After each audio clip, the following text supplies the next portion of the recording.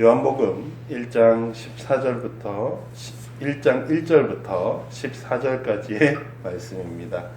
우리 함께 읽겠습니다. 태초에 말씀이 계시니라. 이 말씀이 하나님과 함께 계셨으니 이 말씀은 곧 하나님이시니라.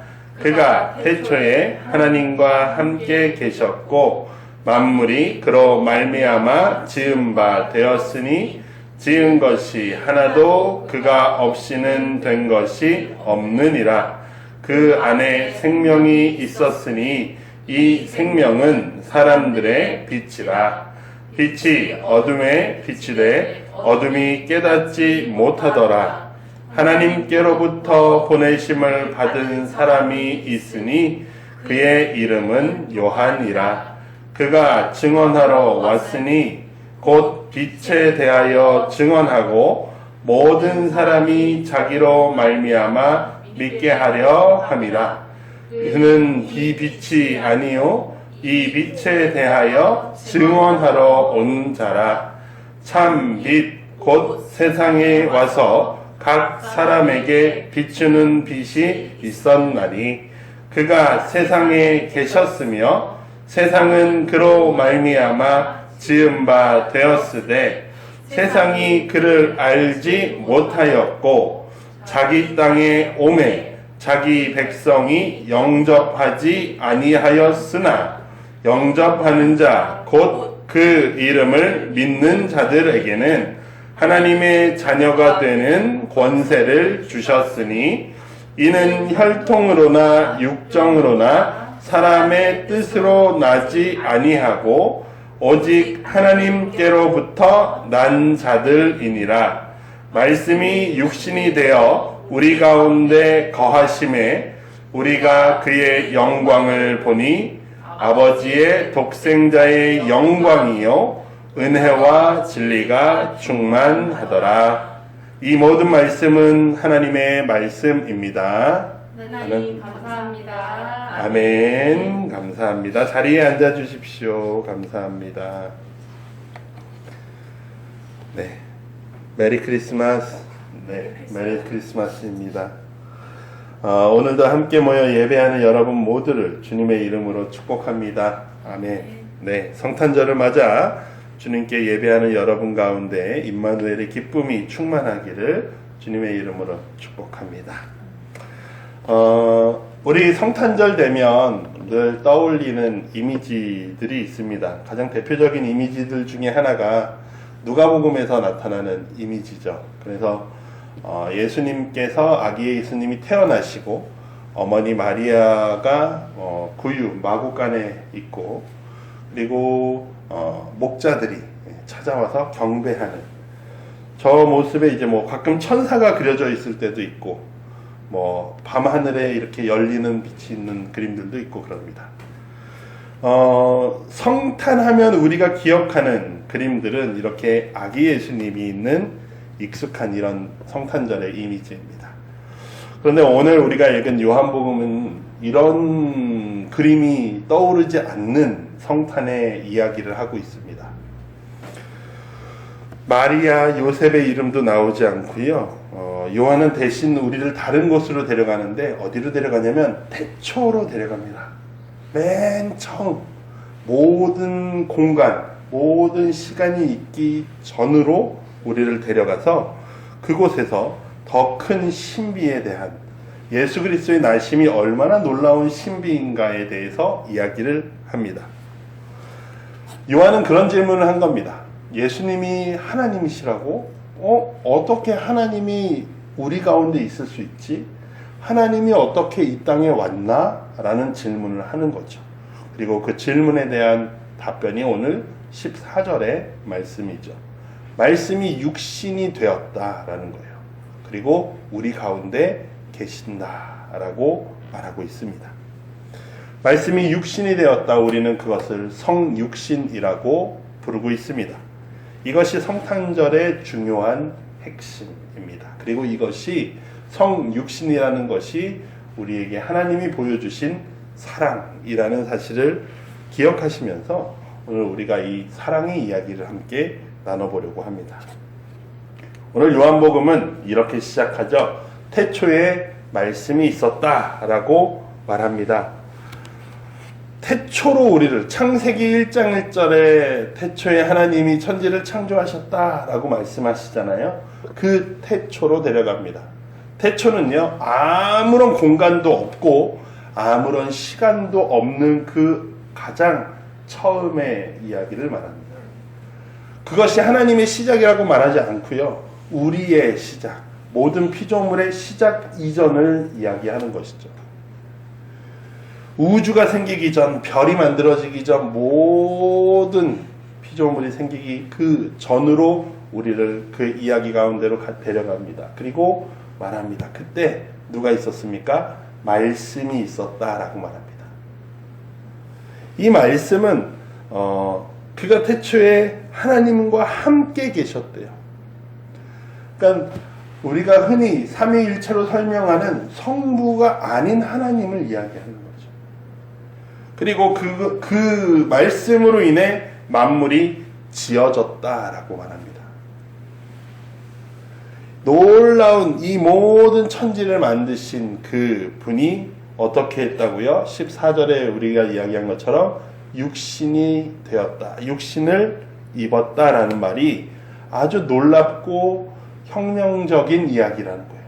그 당시에는 말로 할 수 없는 놀라운 이야기였어요. 조금 더 풀어서 설명하면 이 말은 그런 이야기예요. 우리가 편지를 보내서 자신의 소식을 알리던 때가 있었습니다.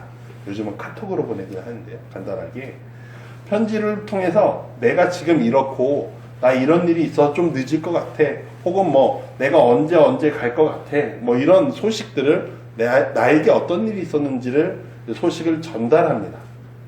그런데요, 그것보다 사람들이 더 기뻐하는 건 뭐예요? 그 이야기를 전하는 사람이 직접 찾아와서 만나고 이야기하는 것입니다. 하나님께서는 이스라엘 백성들에게 계속해서 편지를 쓰셨습니다. 선지자들을 통해서 하나님의 마음을 계속해서 전하셨어요. 그래서 이런 일이 있어, 너희가 이렇게 해야 해, 나는 그것이 싫어, 나는 이게 더 좋은데, 이렇게 하나님이 말씀하셨습니다. 그런데 하나님이 그것보다 더 크게 이 땅 가운데 말씀이 육신을 입고 직접 우리에게 찾아오셨다라는 사실이에요. 성육신은 그렇게 이해할 수 있습니다.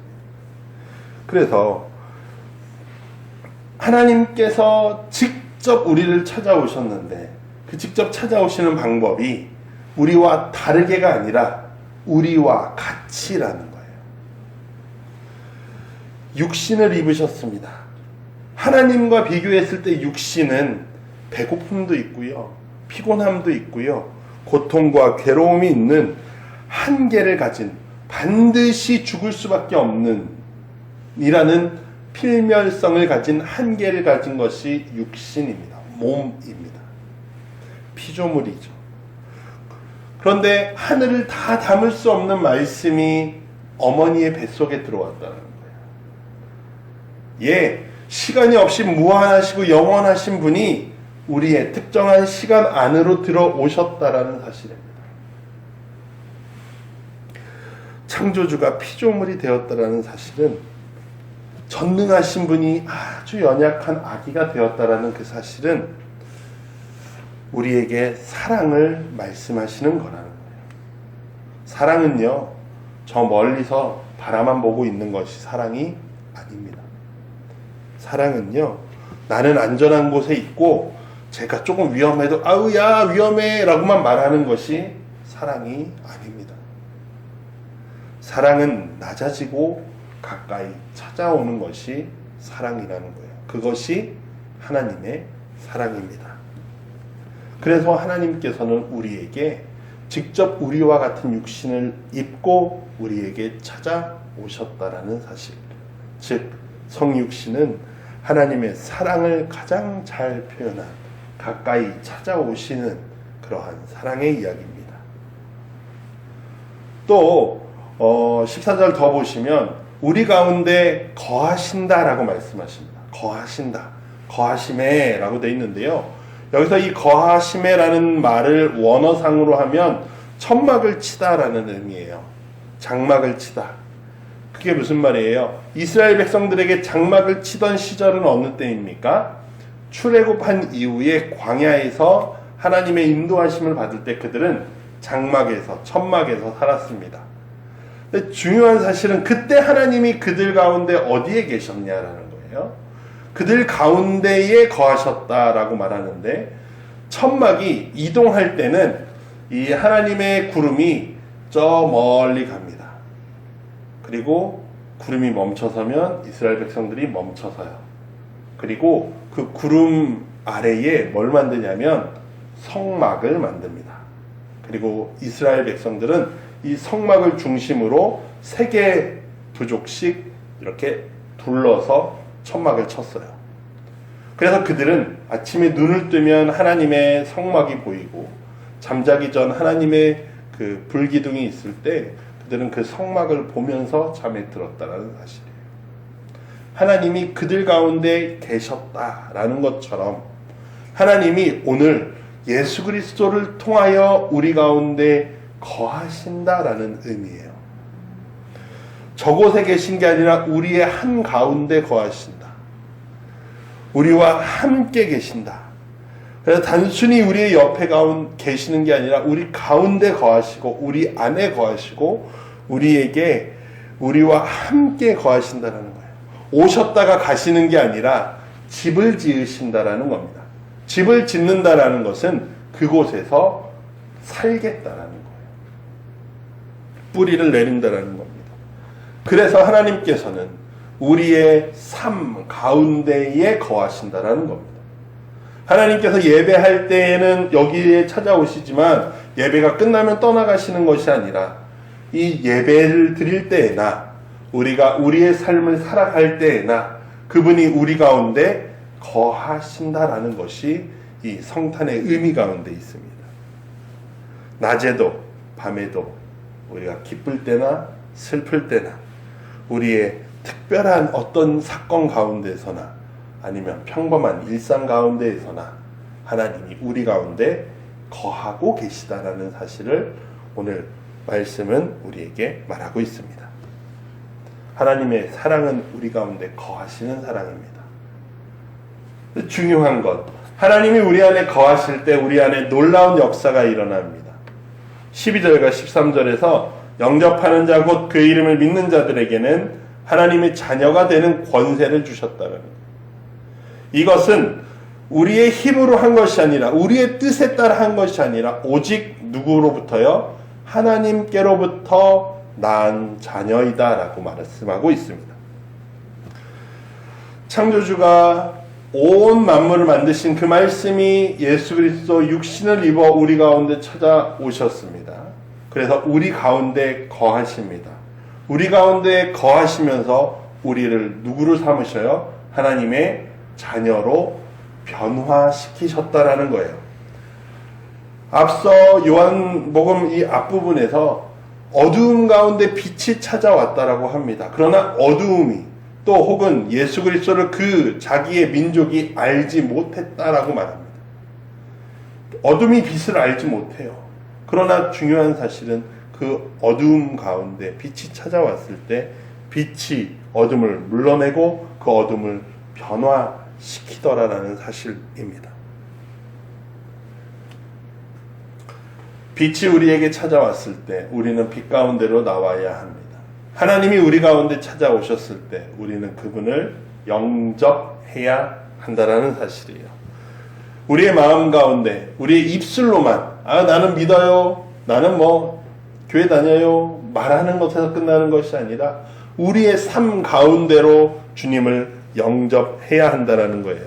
우리의 마음에, 우리의 가정에, 우리의 교회와 우리의 일상에서 주님을 영접해야 합니다. 그럴 때 우리가 하나님의 자녀로 변화되어진다라는 사실이에요. 그렇다면 그때 우리는 어떻게 살아가야 하겠습니까? 성탄절은 빛이 어둠 가운데 찾아왔다라는 것을 말하는 날이에요. 생명이 죽음으로부터 승리하게 될 것이라는 약속이 이루어져 간다라는 것을 시작하여 보여주시는 날이 이 성탄입니다. 우리가 그럴 때 이 빛을 영접할 때 우리 가운데 놀라운 변화가 일어난다라는 거죠. 말씀을 마무리합니다. 성육신에는 이렇게 세 가지, 제가 지금 말씀드린 세 가지의 사랑이 담겨 있습니다. 첫 번째는 말씀이 육신이 되셨다는 것은 우리 가운데 찾아오시는 사랑이라는 거예요.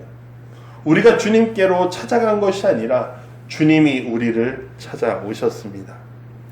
두 번째로 찾아오신 그분이 우리 가운데 거하신다라는 거예요. 우리를 떠나가시는 분이 아니라 적당히 우리와 함께 계시다가 우리가 필요할 때는 계시고 필요하지 않으면 떠나시는 분이 아니라 언제나 힘들고 기쁘고 슬프고 행복할 때 어느 때이든 우리 가운데 거하시는 분이라는 거예요. 온전히 우리와 함께 하십니다. 세 번째, 그분이 우리를 자녀 삼으신다라는 사실입니다. 우리를 변화시키고 우리를 새롭게 하시는 사랑이 이 성육신의 사랑입니다. 사랑하는 하나님교회 성도 여러분, 하나님이 우리에게 오셨습니다. 말씀만으로 계시지 않고 육신이 되어서 멀리 계시는 분이 아니라 우리 가운데 거하십니다. 우리에게 어떤 조건을 거신 것도 아닙니다. 너 이렇게 해야지 내가 너를 바꿀 거야, 너가 구원을 얻을 수 있어가 아니라 우리에게 먼저 아무런 조건 없이 찾아오신 은혜라고 말할 수 있습니다. 거짓이 없는 진리로 우리를 사랑하십니다. 우리가 하나님을 거부했을 때에도 또 하나님을 영접하지 않았을 때에도 그분이 찾아오셔서 우리에게 손 내미십니다. 그럴 때 우리는 이 은혜에 응답해 살아가야 한다는 것이죠.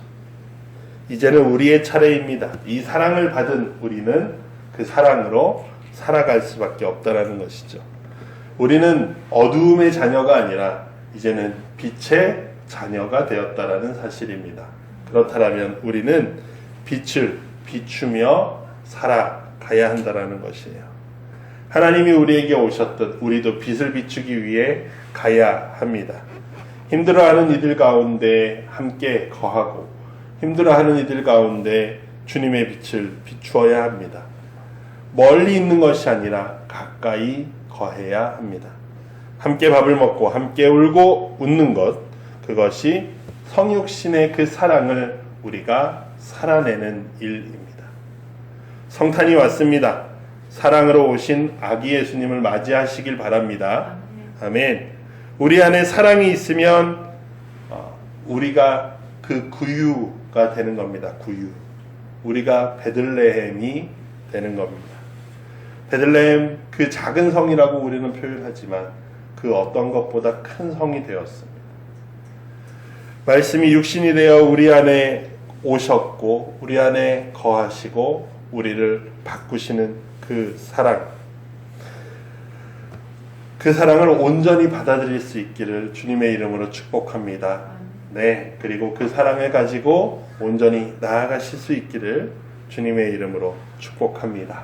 그 무엇도 우리를 그 사랑에서 끊을 수 없으니 말씀을 붙잡고 살아가며 주님으로 힘을 얻으시길 바랍니다. 오늘 우리에게 주어진 말씀을 가지고 우리의 마음에 새기며 붙잡는 다짐의 기도 우리 함께 하겠습니다.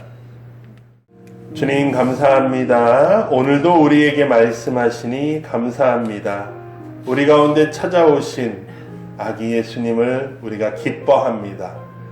주님의 그 사랑으로 우리를 바꾸시니 우리를 새롭게 하시니 우리 가운데 계시니 우리를 어두움에서 빛으로 불러내셨으니 주님, 이제는 우리가 그 사랑을 기억하고 감사하고 기뻐하게 하여 주시옵소서.